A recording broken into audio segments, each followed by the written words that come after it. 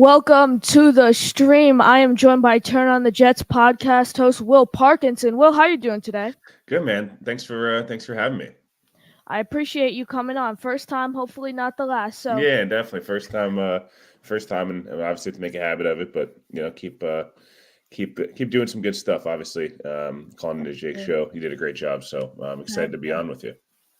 So there was a report that came out last night from Benjamin All Night saying that there's a possibility that Justin Fields comes to the Jets and backs up Aaron Rodgers. What are your thoughts on that report, Will? Um, I don't necessarily see that being the case. Maybe I'll be wrong, but I don't know if that makes the most sense in the world on either side. At that point, he's on the same timeline as Zach in terms of paying somebody. Um, I've seen people say Justin Fields might go for a second round pick. The Jets obviously don't have their second round picks. I'm not sure what they'd be moving in that case. Maybe the Jets show an interest in him, but to me, it's more of a you're looking more at Gardner Minshew, Jacoby Brissett, some of that ilk, and developing, maybe a day 3 pick at quarterback. But the Fields thing's exciting, at least just to think about. Oh, maybe, but at that point, it's like you're kind of just doing the same thing you are with Zach. You're trying to rebuild somebody. So yeah, I don't necessarily see that being the case. Maybe I'm wrong, but again, I think it's more of a veteran name that is a little bit more established, and also somebody that isn't going to cost you, a draft pick and also paying, pretty big amount of money. I agree with you. I don't think Justin Fields would want to come to New York and back up Aaron Rodgers. Well, if he's leaving the Bears, he could have a starting job somewhere else. So I don't think Fields comes to the Jets like you're saying. Gardner Minshew, Jacoby Brissett, maybe bringing back Sam Darnold. Those guys I like.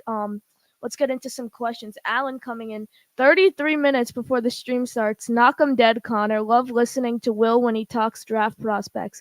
Being a huge Iowa fan, please ask him his take on cornerback Cooper DeJean. Thank you. Yeah, I'm glad. That's obviously awesome to kind of come in. Yeah, we got Cooper's an interesting player. I don't know. Just for the Jets' perspective, I don't really think the cornerback is going to be something that they're drafting, especially early on. Maybe it's maybe they take a day 3 flyer on a guy. But I think, from an offense perspective, or from a draft perspective, they're going to be really heavy on offense, whether that be offensive line, interior or tackle, obviously, receiver. Maybe it's drafting another running back. I think, and obviously a quarterback. I have a hard time seeing the Jets invest too much in cornerback and edge rusher again in the 2024 draft. But again, I could be wrong. But I just they need a lot of help on the offensive side of the football. You'd like to see them kind of address a majority of what they do in the offseason, on that side of the football. I agree. I think if they were to get a cornerback too, it'd most likely be Kool-Aid McKinstry if he was still available. But I don't see the Jets going cornerback with that pick. There's a chance they even trade back into the later picks if Alt and Fashanu are not available, or Fuega's off the board, or there's like no star tackles available. I can see them trading back. Damian coming in, I think we end up with a top 10 pick. Yeah, I mean, it's pretty inevitable at this point. I'd be pretty shocked if they don't end up with the top 10 pick. I think the question is just how high they're going to go in the top 10. Obviously, sitting at 8 right now. Chargers and Titans, winning like the Jets finish with 6 wins, and either of those teams do as well. The Jets would finish in the top 6. The Giants obviously could win both. Remaining. New England could win both remaining, and the Jets would pick below them. So I think they can get as high as at 4 or 5. I think they could probably drop as low as. I guess they could go all the way. I don't know. We'll see what happens. I think a lot has to unfold in the next, to this week to see what all the scenarios would be. But I think they do end up at the top 10 pick. I think they end up picking somewhere about 7 or 8, kind of where they are right now. I think they have a chance to get a really good player, whether it be a tackle, receiver, something of that sort. But again, or a trade back, whatever it may be. If they want to trade up, they can do that as well. So, I do think they end up at the top 10 pick at this point. Yeah, my favorite, if we were to go receiver in the draft, my number 1 receiver would be Keon Coleman from Florida State. I think he's a very good receiver. I think Malik Neighbors is solid as well, but his size scares me a little bit. He's a solid red zone target, though. One guy the Jets need to stay away from is Brock Bowers, in my opinion. He might be an incredible tight end, but the Jets do not need any more tight ends. What are your thoughts? So yes and no.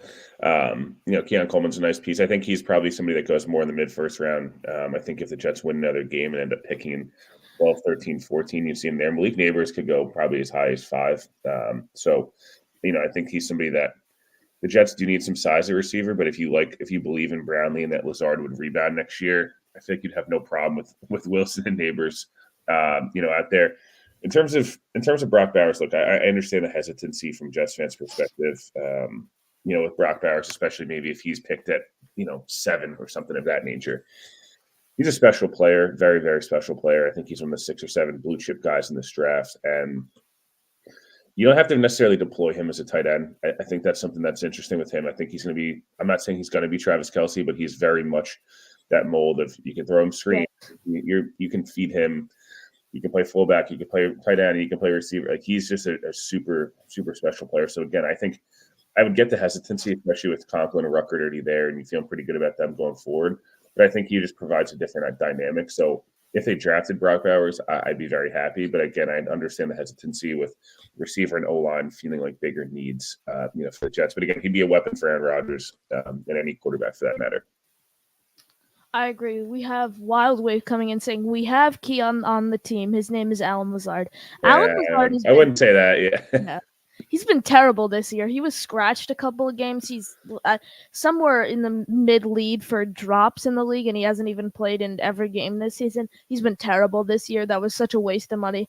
I think he's a guy we can target to restructure, maybe to add more cap room to sign free agents. Him, CJ Mosley, and JFM.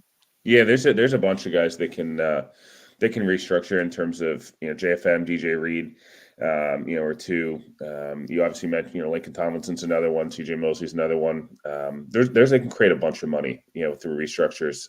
Quentin Williams they're going to restructure just because his a majority of his money next year is all in cash, so you can easily just convert that to a bonus.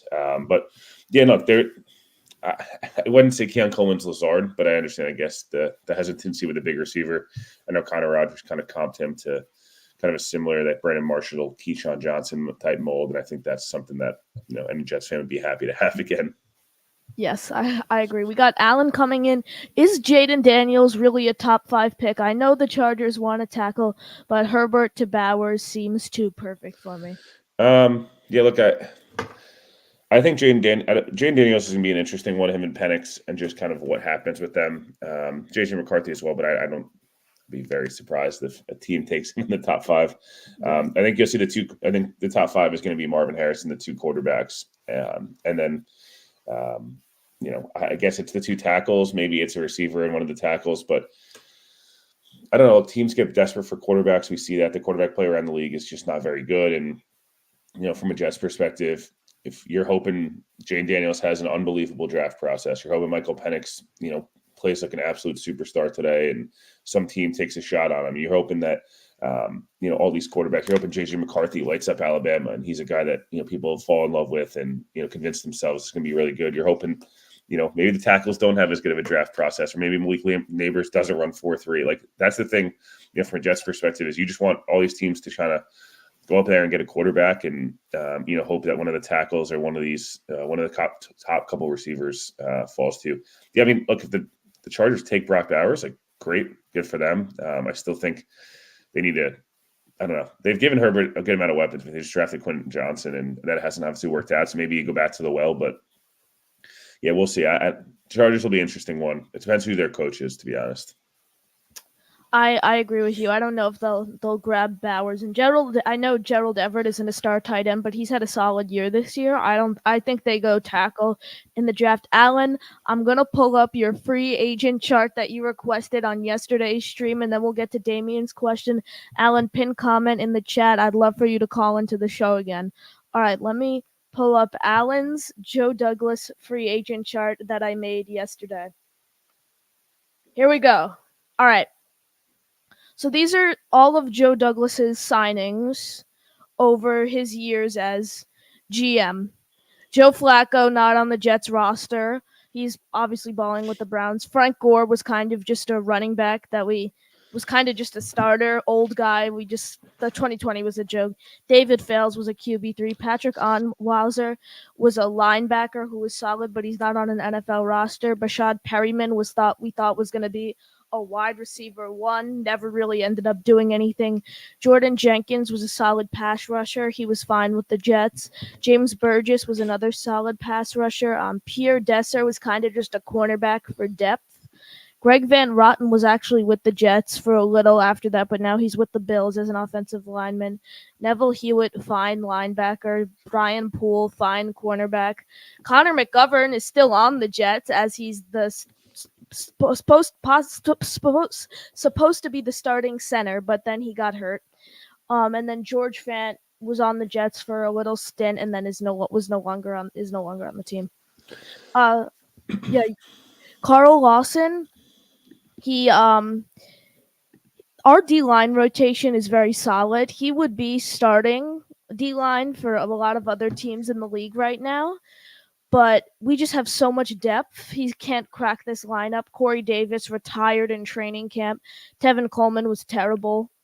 Keelan Cole was fine. Sheldon Rankins is playing well with the Texans. He's been solid. He was solid for the Jets. Vinny Curry had a bad injury, something with his heart that forced him to quit football. LaMarcus Joyner was a solid safety.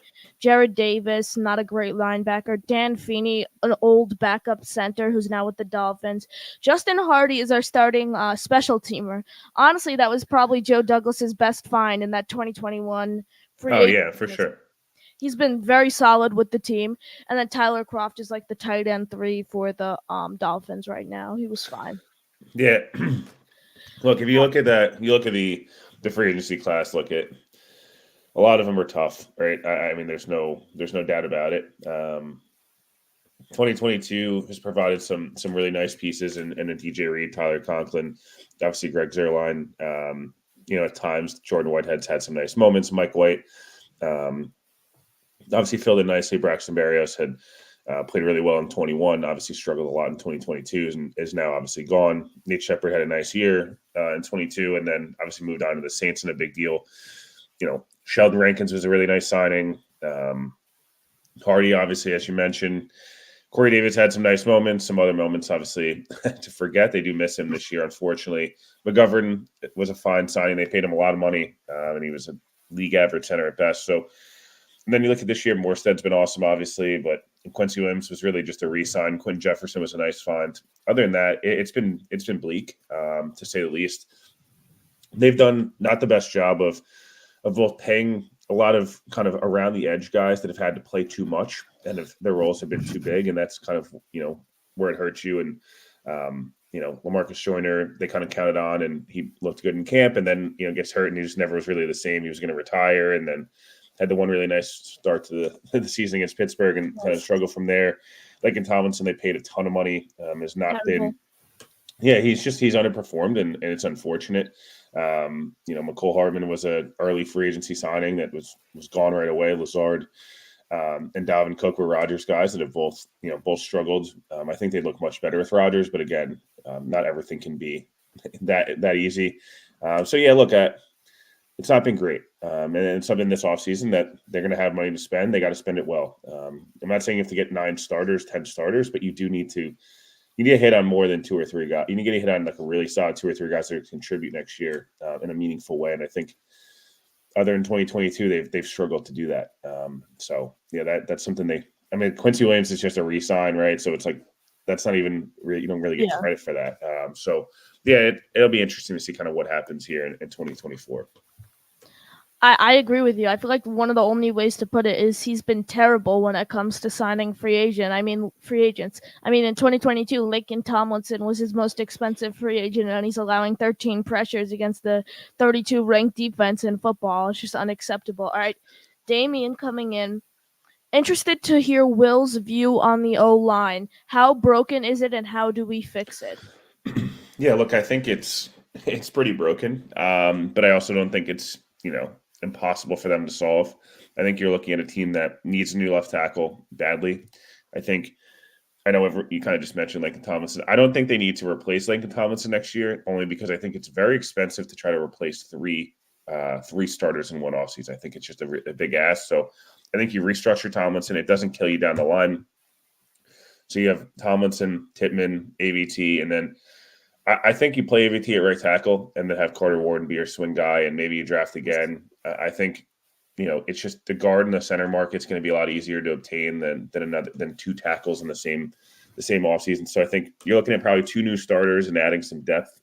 But they should be much better with Rodgers. They should be much better, getting a better left tackle, getting a better right guard, et cetera. They just need this to be a league average unit. They don't need. I agree. They do not need this. They don't need the 2009 Jets offensive line. They need the 2004 Jets offensive line. That was good. It was a solid unit. They had 1 star and everything like that. But I just think that you look at it and I just don't think you need this insane group. I just think you need a group that can play and stay healthy together and play 16, 17 games. And maybe you miss a guy 1 week but you can replace him. That's kind of where they're struggle. They both struggle with talent and also depth right now. I agree with you. I think we need at least 2 new starters. I mean, we just have to hope for health because with this offensive line, if they stay fully healthy, like if Vera Tucker stays fully healthy, he's gonna be an All-Pro. That's just the reality. Of course. If he plays all 17 games, he's gonna be an All-Pro guard. I think they might eventually move him to tackle, as I feel like that's the plan. But I like what you were saying. I agree. I think Carter Warren's going to be the swing tackle next year. I think we might have to cut Max Mitchell. I think he has not been great, and if we were to keep him, we'd use him as depth. Yeah. I think we could use Laken Tomlinson as depth and bring in 3 new starters. That's what I think. I think we draft Zach Zinter in the 3rd round, and I think he could possibly start for the Jets next year. But that's what I think. Yeah, no, it's not a bad call, and it's possible. I'm interested to see if, again, like I said, it's expensive at times to try to bring in 3 new starters and have them gel with a new quarterback and everything like that. But yeah, look, if they did that, it's not a crazy thought. It's definitely something that's possible. I agree. I feel like it's just the O-line. We were expecting it not to be great, but we were not expecting it to be this bad with all these injuries. I feel like the Giants game was the real tip of the hat where we were like the injuries and everything. All right, we got Alan joining the show. Alan, how are you today? Hey, what's going on? Will, absolutely love your insight. Congratulations on Cortland. That's amazing. Thank you. It's awesome. We got the mini helmet here. The nice. It's not going to work. I'm getting my office set up. It'll be in the next. I'm on, but they got some cool gear. I went to Newport, so I remember going to Cortland for basketball games. We didn't have the pleasure of having football. So. There we go. Yeah, no, it's Cortland was a good time. I definitely a fun couple 4 years or so.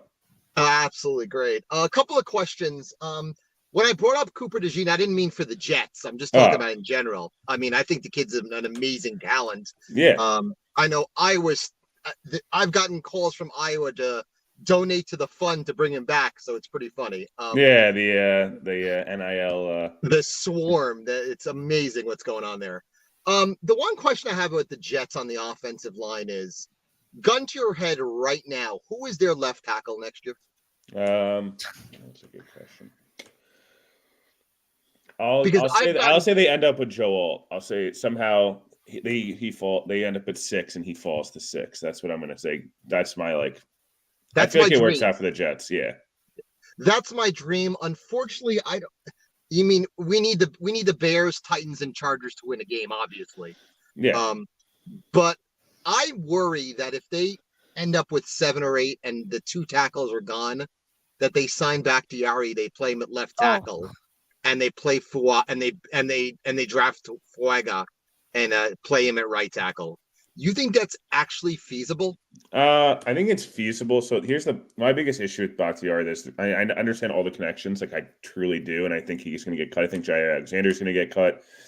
You think he's going to get cut, Jair Alexander? Yeah, there's a thing last night. There's a thing last night that came out that was basically like, yeah, I know what's going on, but he's trying to get out. He's trying to get out of there, and yeah, I mean they probably trade him too, but I think he's got owed this like huge bonus and whatever. But the only thing with Bakhtiari, the problem is he's like the most loud advocate of anti-turf Yes. person I've seen around the NFL, and there's been multiple times this year where he's before he got hurt that he was just like, I'm not playing on turf.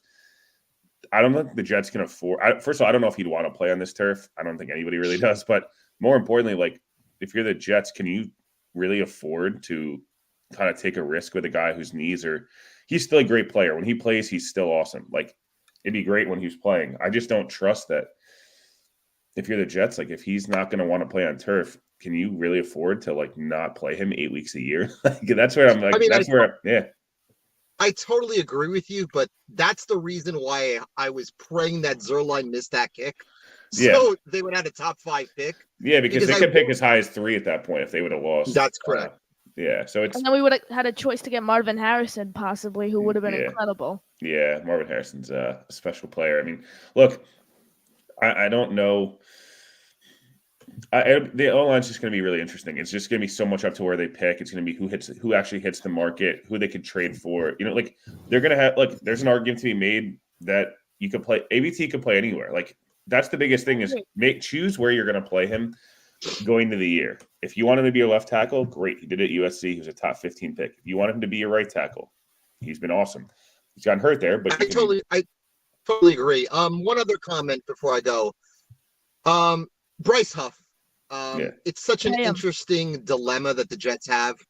I keep reading maybe 17 to 22 million a year. Yeah.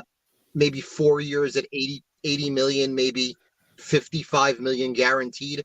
Is he worth it? And what do they do? Is there a chance they sign him and then trade him? I think the most realistic thing is they would tag him and trade him. I think he's back here. I think it's going to be more in like the 3 for 45, 3 for 50 range. At least from what I've heard, there's like that's kind of maybe it's a lot more. Some people think he's going to get a lot of these edge rushers in the class this free agency class will re-sign, and he won't. Like people think if he doesn't, he'll get overpaid. I think he's worth it from the aspect of like the Jets have for like 20 since John Abraham been looking for like. Can we find an edge rusher that's homegrown, that's young? He's like just entering his prime. They haven't even really played with a lead this year. Like, what would his numbers look like if they play with a lead? I think he ends up more in like the $15 million a year range, and it's like next year his cap number is super low, and it's more like the $25 to $30 million guaranteed range.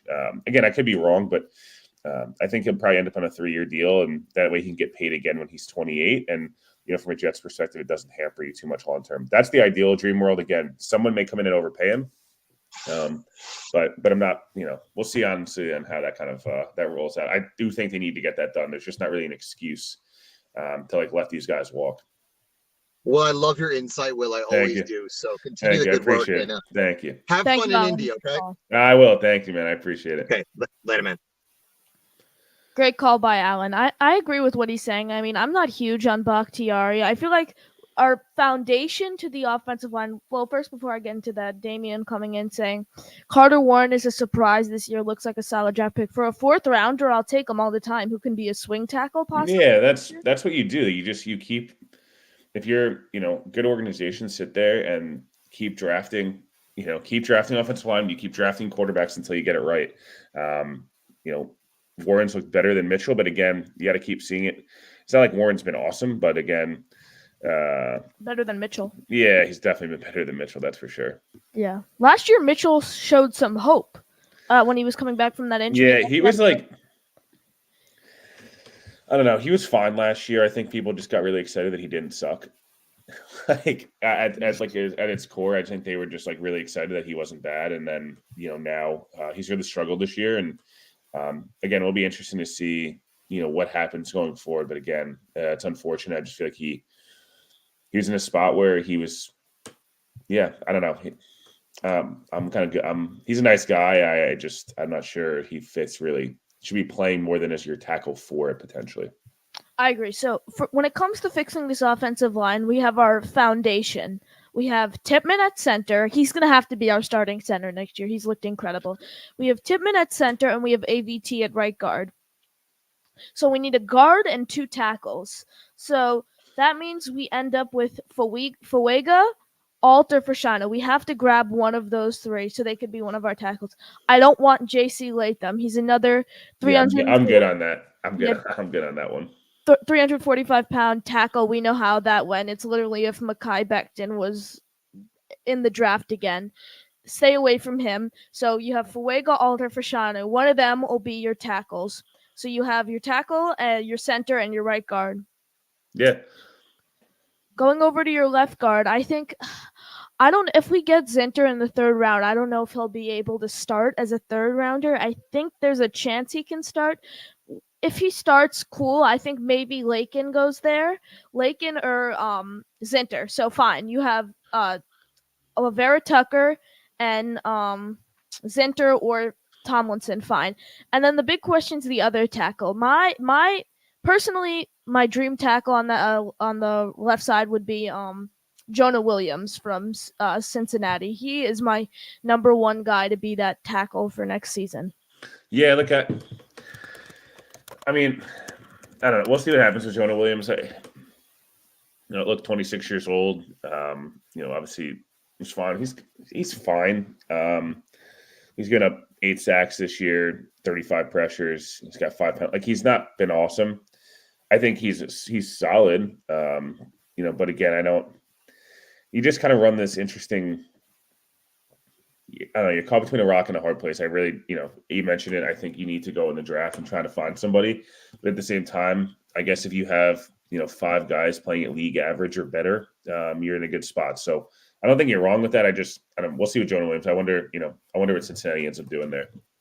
They're going to have to tag one guy on the offensive side of the ball because they have Jonah Williams as a free agent, Tyler Boyd, and T. Higgins. I'd probably say T. Higgins.